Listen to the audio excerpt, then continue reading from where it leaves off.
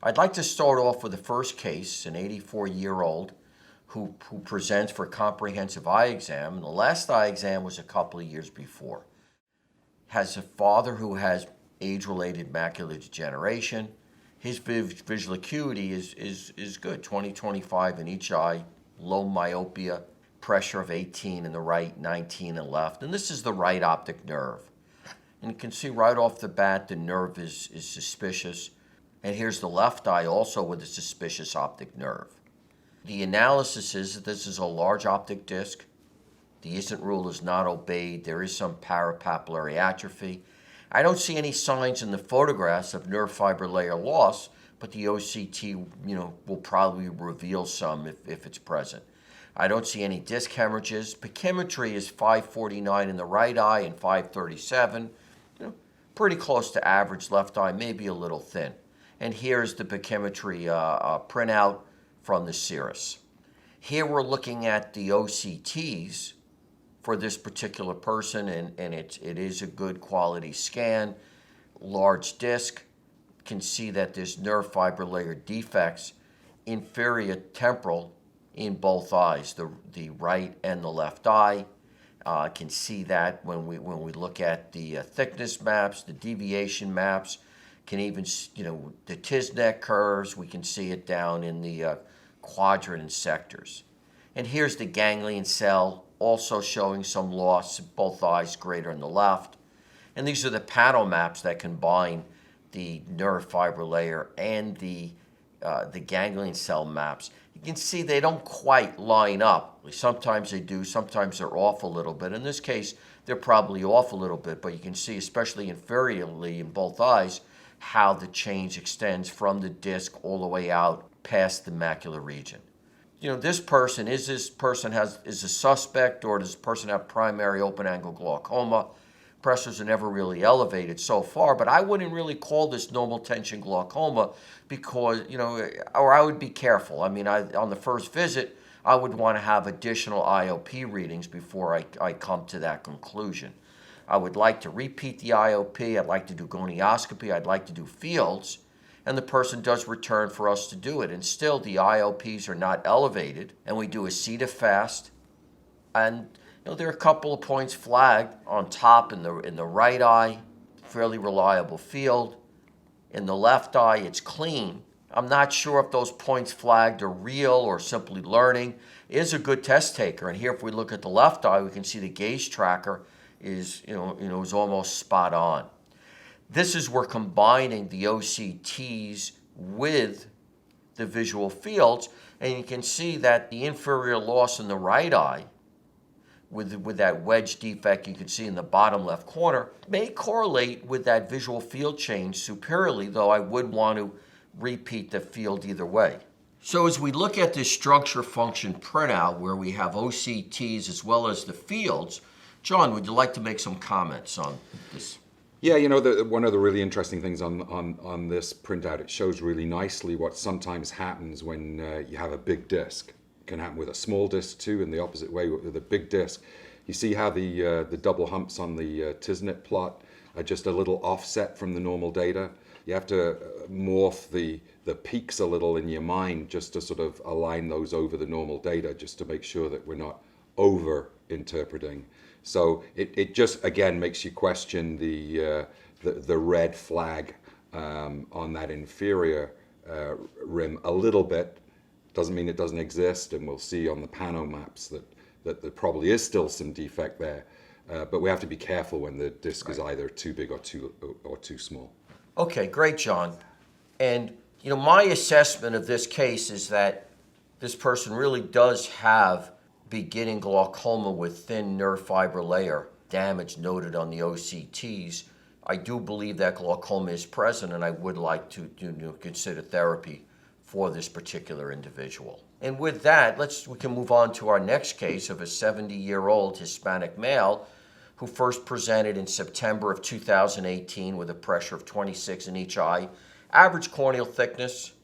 And if we look at the optic nerve, here we have the right nerve. One of the things, in addition to the drusen scattered throughout the posterior pole, we can see here at about 7 o'clock, this wedged nerve fiber layer defect we can see in this particular picture.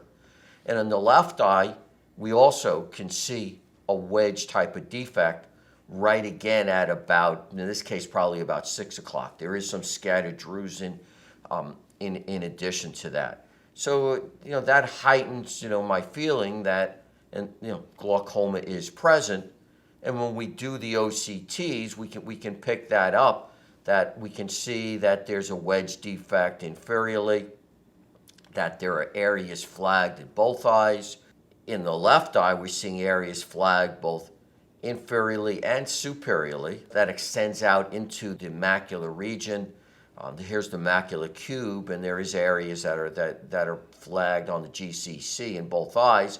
And these are the panel maps. And in this case, especially in the right eye, they line up nicely, showing how the nerve fiber layer extends out right past the macular region. And we see similar type of change going in the left eye. Here we're looking at the 24-2s, and this is the combined printout. There may be some early field loss, maybe. And here we can look at the fields, and here's the right field, not the best reliability. And here we're looking at the 24-2C, and perhaps there are some points flagged in the macular region. Here's the left eye, 24-2. It looks like there may be some points flagged in the 24-2C. So as we come back and look at this case, as we look at the 24-2C in the right eye and the left eye, there may be some loss that's showing early change that does correlate to a point with the OCTs.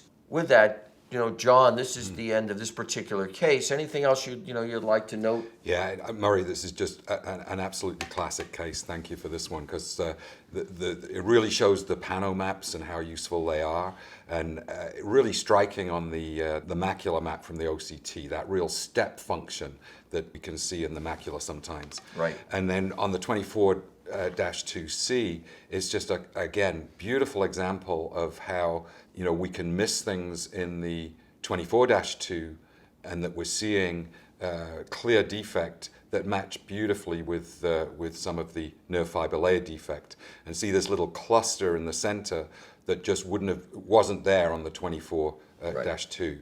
This is really a perfect case to illustrate the usefulness and the function of the 24-2C. I think it also is one of those great cases where you can see what looks like considerable loss in the nerve fiber layer, and yet what we're seeing in the visual field is still relatively subtle, but measuring those central points is really helping. Right. That structure function divide that we see quite a bit, and why we need to use both OCTs and as well as visual fields. Yeah, I think Don Hood would be proud of you with this case, Mark. Yes, Don would like it. This next case is an 82-year-old African-American male, presents pressures 25, pachymetry, average, maybe even slightly thicker than average. You can get at the idea that there is quite a bit of extensive cupping. In the infrared image, you can get a better idea of the extent of the loss. Left eye, a little better picture, and you can see the extent of the loss with the infrared images again. And here's the Cirrus OCT, where we can get an idea that there is some change starting to occur. It's being flagged as, we can see what appears to be in the right eye some superior temporal loss, and the left eye perhaps some inferior temporal loss, as well as just temporal loss that are being flagged in several places. The fields are clean in the right and the left eyes. And here we're looking, though, at the 24-2C, where we're starting to pick up some loss, both in the right and the left eyes, in a reliable field that was not present previously. And then what I would do, I would go back and look at and say, does this make sense? I mean, it may, especially in the left eye, you can see that there's extensive inferior nerve fiber layer loss. So this again highlights the utility, new type of tests, and how the 24-2C may be detecting loss that we didn't see with the 24-2. Yeah, no, another great example. It also highlights one of the things we have to be a little careful with. I mean, I absolutely agree with you. This is presenting as glaucoma, but if there's macular defect, sometimes that may, we must be careful Yes. of over-interpreting the 24-2C, that some of the loss could be through macular disease. So we just have to make sure that it does fit that structure function map and the clinical picture of glaucoma as well. Yeah, no, good point. But that's exactly it. Whenever you're doing these central tests, yes, you got to be cognizant that you can have points flagged that have nothing to do with glaucoma that could be flagged due to macular loss. The next case, this is a 59-year-old African-American male recently diagnosed with primary open-angle glaucoma using Lumigan and Simbrinza, has a medical history of high blood pressure, elevated cholesterol, untreated were 17 and 16, has thin corneas. With therapy, we've gotten the treatment down to the IOP down to 11 and 12. And again, we have some scattered drusen, suspicious optic nerve right eye, suspicious optic nerve left with scattered drusen. And here we have the OCTs. And the OCT, the nerve fiber layer is really thin. And these are good, reliable OCTs, and we're seeing a loss in both sides, and significant loss, both superior and inferior loss. And this is how the 24-2C, and we're seeing this loss, this change, that would correlate with the OCT pattern. What's really obvious in this case is how most of this loss is not detected, not picked up with the grayscale, and yet we can see it on the pattern deviation map. In the left eye, there's less loss. And this less loss in the left eye, just some points flagged inferiorly.